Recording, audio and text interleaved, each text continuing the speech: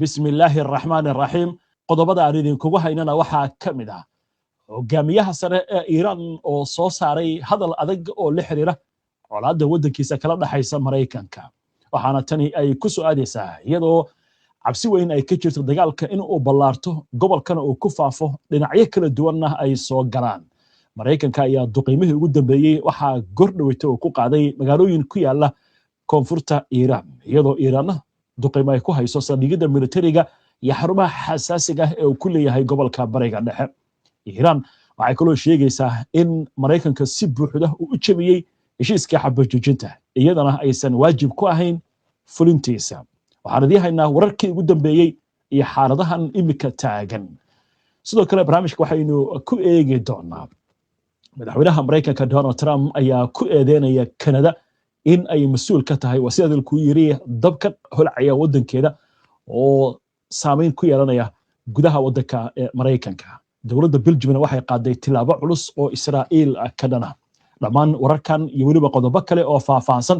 wixii warah ee soo dhacay intayna hawada ku jirno iyo falaqayntii ayaan idinkugu soo gudbinaynaa barnaamijka wararka caaw maxamed cabdi wararkan isku soo duway ayaa inagu bilaabaya qodobada wararka kuwooda ugu waaweyn maxamed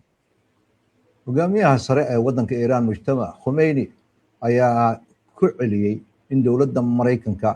ay heshiisyadii ay gashay xadgudub ku sameynayso taana waxay muujinaysaa in madaxweynaha Mareykanka saxiixiisa oo wax qiimo lahayn waxba kama jiraan uu yahay bayaan qoraala oo Khamenei soo diray ayaa lagu sheegay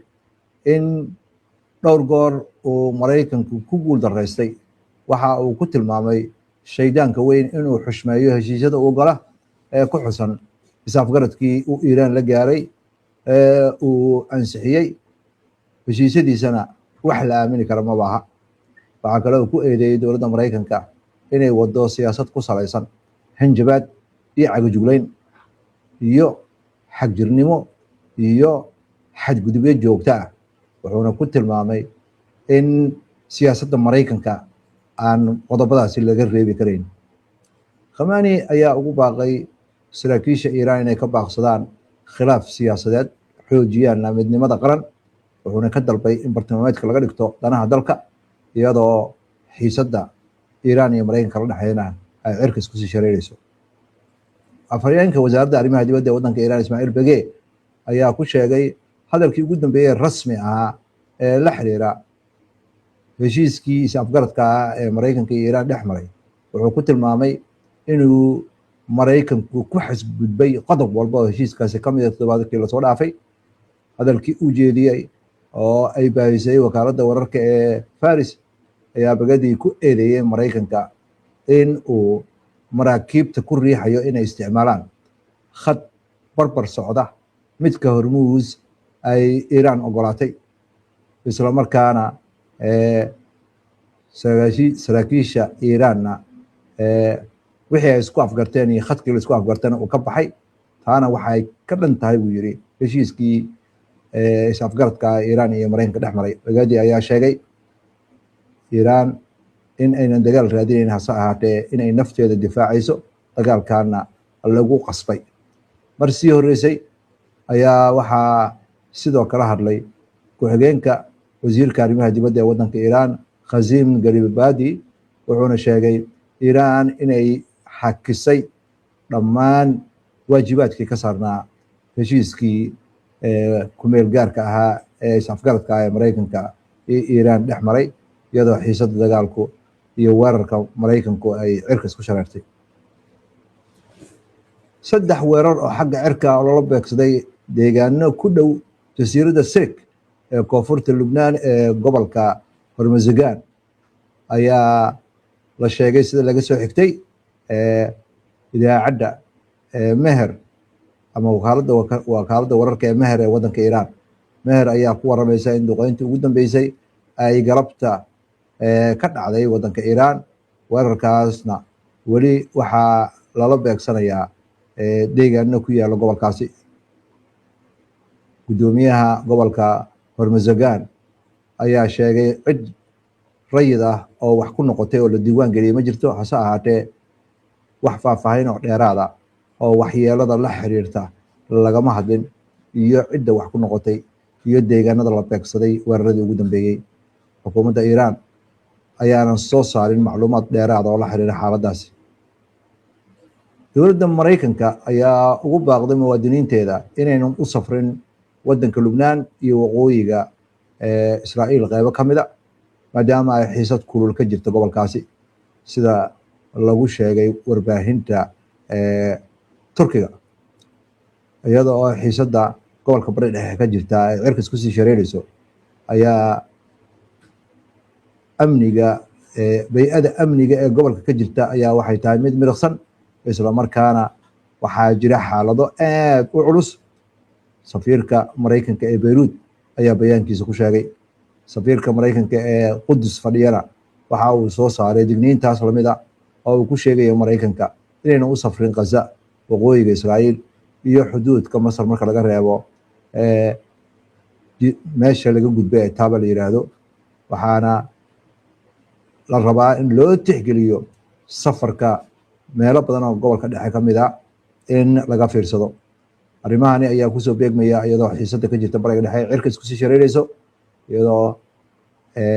Maraykanka iyo Israa'iilna ay weerar celis weydaarsanayaan marka laga gudbo heshiiskii ay Iiraan ay Bakistaan dhexdhexaadisay inuu burburay. guddiga tallaabo siyaasadeed ee taageera ololeynta Israa'iil ee la yiraahdo AIPAC ayaa kala noqday lacagihii ay ugu yaboohi jireen xildhibaanada ku jira xisbiga dimuqraadiga oo hore ay u taageeri jireen, kadib markay dhowaan u codbixiyeen dowladda Maraykanka ay joojiso agabka militariga iyo dhaqaalaha militariga ay ku taageerayso Israa'iil, sida laga soo xigtay warbaahinta Maraykanka. tallaabadan ayaa waxa ay saameynaysaa qaar ka mid a mas-uuliyiintii hore uga tirsanaa Congress-ka ay ka mid tahay Catherine Clark oo ah qofka ugu darajo sarreeya ee xisbiga dimuqraadiga ee aqalka hoose, sida uu soo xiganayo warsidaha la yiraahdo Publico. xubnaha AIPAC ayaa aad u soo dhaweynaya wakiilada mabaadi'da ku taagan, waxayna ka xun yihiin kuwa aan mabaadi'da ku taagnayn inayna taageerin. AIPAC afhayeenkeeda ayaa u sheegay warsidaha Publico bayaan uu siiyey. xukuumadda federaalka ee Belgium ayaa ansixisay tallaabooyin isdaba jooga oo ay ka mid tahay in la mamnuuco waxyaabaha laga soo dhoofiyo oo Israa'iil ama dhulka Falastiiniinta laga haysto. mamnuuciddaasi ayaa waxay qayb ka tahay heshiis laga gaaray golaha xukuumadda sanadkii lasoo dhaafay oo looga jawaabayo xasuuqa Israa'iil ka geysata Maraykanka Gaza. faahfaahinta mamnuuciddani weli lama meel marin, lamana dhamaystirin, sida laga soo xigtay wakaaladda wararka ee Belgiumka ee Belga la yiraahdo. wararka caalamkan waxaa ka mid ah madaxweyne Trump ayaa ku eedeeyay Canada dabab qiiq badan ku baahiyey dalka Maraykanka, wuxuuna sheegay in uu kharash dheeraada kusoo rogi doono wasaqeynta hawada ay ku sameeyeen, khidmadna laga qaadi doono badeecadda ka timaada waddanka Canada. qiiq aad u ballaaran ayaa boqolaal kaymood oo waddanka Canada ku yaala ayaa dab weyn suran yahay. gobollo badan oo Maraykan ka mid ah, gaar ahaan gobollada dhexe iyo kuwa waqooyiga, ayaa khamiistii iyo jimcihii waxay saameeyey qiiqaasi. dadkana waxaa digniin lagu siiyey inay guryahooda joogaan. Trump ayaa waxa uu yiri tallaabooyinkan ka qaadayo ra'iisul wasaaraha Mark Carney ma noqon doonaan kuwo la shaacinayo, laakiin waxa ay sameynayso xukuumadda oo wasaqeyn fara badan hawadeena ku haysa looma dulqaadan karo. waa hagaag maxamed, aad baad u mahadsan tahay. daawadayaashana way mahadsan yihiin. daawadayaal waxaan u gudbaynaa falaqaynta wararka iyo wixii warah ee degdeg ah ee soo kordha, ha yeeshee aynu ku hakanno qadar xayeysiina. soo dhowaada mar kale daawadayaal, weli waxaad la socotaan barnaamijkii wararka caawa. waa hagaag falaqaynta intaana u gudbin, waxaynu eegaynaa warar degdeg ah oo hadda soo dhacay. waxaa soo baxaya warar sheegaya in markab xamuul lagu weeraray agagaarka dekedda duqum ee waddanka Cumaan. waxaana la sheegayaa in arrintan hadda ay xaqiijinayso hay-adda amniga badaha ee Britain laga leeyahay UKMTO wixii ku soo kordha warkan intaynu hawada ku jirno war hadda soo dhaca weeyaan waan idiin soo gudbinaynaa sidoo kale waxaa hadda isoo taraya war ka imaanaya qasaare ciidanka Mareykanka ka soo gaaray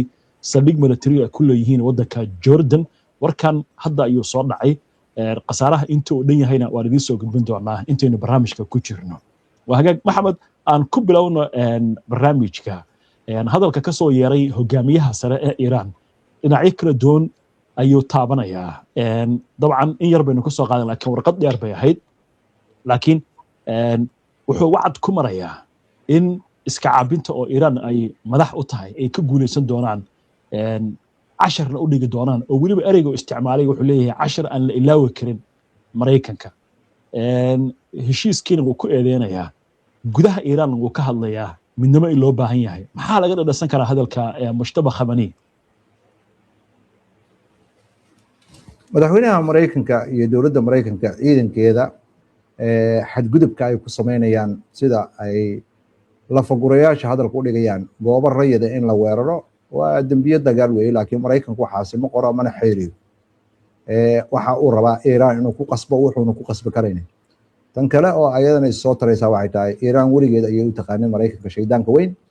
falalka uu ku dhaqmayo iyo heshiisyada uu saxiixo inuuna meel marinayn hore loo ogaa ma aha kaliya Mareykanka Israa'iilna sidoo kale ayay yeeshaa waxaana muuqata Iran inay ka go'an tahay inay arrintan meel uga soo harto bayaankan uu soo saaray hogaamiyaha cusub Khomeini waxa ay muujinaysaa Iran inay ka go'an tahay in ay Mareykanka dagaalkan gardarrada ah ay meel uga soo harto laakiin waxaa jira dhaqdhaqaaq iyo hadal uu sarbeebay waxaa la muldahayaa maadaama waddanka uu xaalad degdeg ku jiro ciidii samaysa khilaaf keenta waxa weeye iyada ishaligtay sababtoo ah waddanka hadda waxaa gacanta si buuxda ugu haya ciidamada ilaalada kacaanka ah sida ilo badan ay xaqiijinayaan iyo ragga Khomeini ku dhow culimada u badan waxaana taageersan baarlamaanka aqlabiyad ciddii isku dayda inay ka hortimaado ama wada hadal iyo wax la mid ah in wada hadal la galo keenta waxa weeye ayada isfashilinaysa sida hadalka loo dhigay waa hagaag waa tahay maxamed waa mahadsan tahay bal markan aynu eegno warar ka soo kordhay duqeyn Iran goordhowta ay ku qaaday saldhig military oo Mareykanku uu ku leeyahay waddanka Jordan war ka soo baxay taliska dhexe ciidanka Mareykanka ayaa waxaa lagu xaqiijiyey in ugu yaraan 4 askari ay dhaawacmeen waxaa kaloo la yahay baa layiri mid ka mid ah askarta ciidamada Mareykanka Jani Cire meesha uu dhigay iyadoo la wada layiri hawlihii baadi goobka waxaa kaloo soo baxaya muuqaalada iyo sawirada saldhigaasi oo uura ay ka baxayso isla markaasna la sheegay gantaaladu toos inay ugu dhaceen isla markaasna ay hareer mareen oo wax ka qaban waayeenba nidaamyadii difaaca saldhigan military Mareykanku ku leeyahay waddanka Jordan markaasi lagu difaacayay Iiraaniyiintu waxay sheegayaan in ay beegsadeen saldhigan oo ay yaaleen diyaaradaha dagaalka ee F-35 wixii ku soo kornay intaanu barnaamijka ku jirno waan idin soo gudbin doonaa waa hagaag maxamed waxa moodaa dagaalku inuu ka sadaraya duqeymaha inuu ka sadarayaan Iiraaniyiintu waxay leeyihiin go'aan baynu qaadanay kadib markii Mareykanku uu bilaabay kaabayaasha rayidka in la burburiyo Mareykanku way beeninayaan waxay leeyihiin wax kaabayaal aynu burburina ma jirto laakiin arrinta cajiibka waxa ahayd muuqaaladiiba maanta waxa soo bandhigtay tasniim iyo sawiradii iyo haddii waqti aynu helo daawadayaasha aynu tusi doonaa buundooyinkii burburay laakiin arrinta cajiibka waxay ahayd wadada tareenka ee Bandar Abbas iyo waddanka intiisa kale isku xirta waa la furay sidoo kale dekad la duqeeyay habeen hore ayaa isla maanta la isticmaalayay waxaa kaloo muuqaalada la soo bandhigay gaadiidkii oo hareer maraya buundooyinkii la jijibiyo intee wada qardajeexa maraya Iiraaniyiintu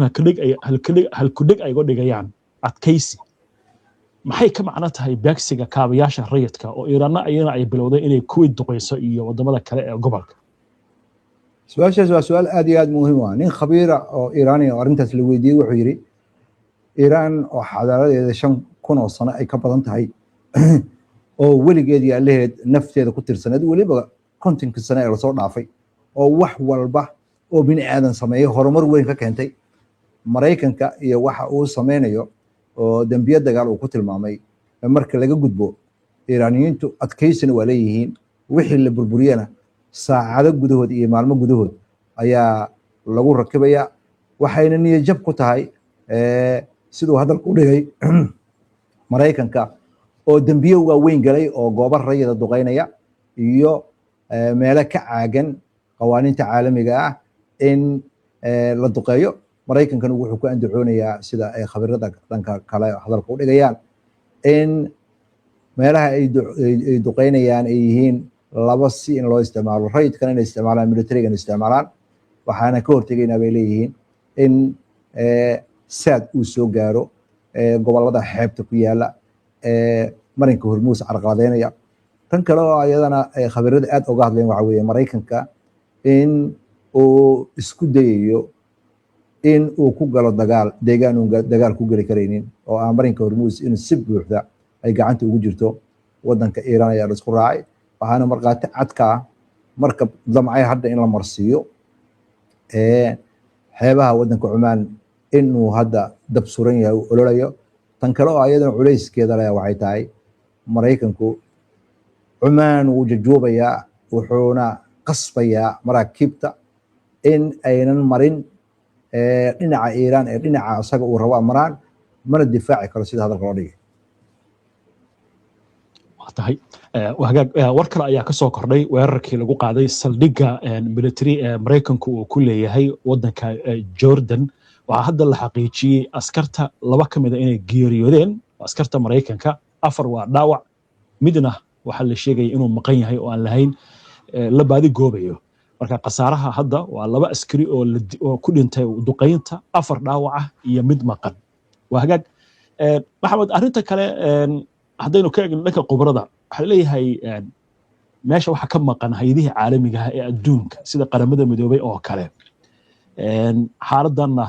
waxay u muuqata in faraha ay kasii baxayso maxaa dhankaasi khibrada ay ka leedahay سيديان الكناني oo ka tirsan maxadka daraasaadka carabta ayaa waxa uu sheegaya halka dagaalkani hadda uu gaaray heer oo cid walba walwal geliyo haddana waxa laga yaabaa dagaalkani in uu aad u ballaarto oo sidoo hadalku dhigaya waxaana marqaati cad uu leeyahay in dagaalkani hadda uu gaarsan yahay heer haddii uu sii socdana waxaana shaki ku jirin in walwalka uu sii ballaaranayo waxaa muuqata buu leeyahay in wadamo badan ay hadda saameynayso dagaalkani inay hay-adihii caalamiga ka maqan yihiin gaar ahaan qawaaniinta caalamiga marka laga gudbo in ay qasab ahayd inay dhex galaan waxaan hoosta ka xariiqaynaa buu yidhi in qaramadii midoobe doorkii ay lahayd in aynan qabsan oo sanado badan lagu yaqaanay waxaana hadda colaadani u muuqataa mid toos mas-uuliyadda loo saarayo maraykanka iyo Iiraan al-Kinani waxa kale oo sharaxaya heshiiskii maraykanka iyo Iiraan dhex maray in loo arkayay in xabad joojin ku meel gaar lagu gaaro saacadii Trump ayaa dib u qiimeyn ku sameynaya waxaadna moodaa in ayna hadda soo baxayaan waxyaabo aan la filayn oo ah Iiraan in ay dagaalka ku guuleysatay madaxweynaha maraykanka uunan doonayn inay dagaalka Iiraan ku guuleysato waa tahay waa hagaag aynu ku soo gabagabayno dib ugu laabano dagaalka arrimaha ku saabsan dad badan waxay leeyihiin inkastoo barnaamij aynu ka diyaarinay oo aynu soo dayn doona saacadaha soo socda sababaha maraykanka duqeymaha ugu wado dekedaha iyo deegaanada xeebaha ku yaal gacanka Beershiya iyo Hormuz maraykanku inuu u gogol xaarayo weerar arrintaasi ma ka suurtooda maraykanka iyadoo weliba xilligan lagu jiro xilliga kulaylaha oo cimiladu ay joogto 40 ilaa 50 darajo lagana digayo inay awood u leedahay in ciidanka ay beegsato meel kasta oo la geeyo in Trump uu yiraahdo waxaan qabsanayaa jasiiradda Kharaaj ama jasiiradaha kale ku yaala Hormuz ama gacanka Beershiya ma u gogol xaaraysa duqeyntan arrintan maxamed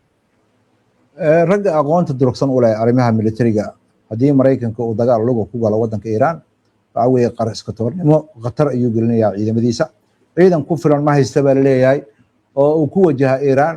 iyo juqraafi ahaan waddanka iiraan oo waddan qallafsan ah maraykankana haddii uu ciidan halkaasi geeyo waxaa sugaya sida ay khabiirada qaar hadalku dhigayaan ciidan ka badan 1 milyan. waxaa kale oo asna ka hadlay arrimahan maxamed marandi oo ah nin professor ah oo wax ka dhiga jaamacadda waddanka iiraan wuxuu yidhi gobolka bariga dhexe xaaladii jiri jirtay dagaalka 40 maalmood ka hor ma jirayso. maraykanku hadduu jeclaan lahaa iyo hadduu necbaan lahaaba dagaalkan iyo wixii ka dambeeya saameyn kuma yeelanayo gobolka bariga dhexe. cidda khalkhalka ku ah gobolka waa asaga. wadamada uu ciidamada dhulkooda keenay uu ka duulayo ayaga laftirkooda ayaa har jeertaan qaati ka taagan. waa sida uu marandi hadal ku dhigayo. waxaana muuqata buu leeyahay haddii uu kaabayaasha rayidka duqeeyo in wadamada carabta ah kaabayaashooda la duqeynayo. way ogsoon yihiin waana kala ergsan yihiin. madaxweynaha maraykankana waa ku wargeliyeen. xaaladan hadda waxaa muuqata laisku raacsan yahay inay kasii darayso. waa tahay maxamed aad baad u mahadsan tahay. daawadayaashuna way mahadsan yihiin. wixii waraha arrimahan ay ku soo kordha barnaamijyada ugu soo horeeya ayaan idinkugu soo gudbin doonaa haddii alla idmo sida barnaamijka qubanaha oo saacada kadib soo gali doona. inta ayaa kusoo gebagabaynaynaa caawa barnaamijkii. aana ku mahadsantihiin daawashada barnaamijka. si aad ula socoto wararka barnaamijyada iyo macluumaadka aynu soo gudbino haddii aad ku cusub tahay baraheena bulshada ama horay aadan ugu xirnayn hadda ku soo biir. waa inoo barnaamijka xiga insha allah inta ka horeysa salaamullaahi calaykum waraxmatullaahi wabarakaatu.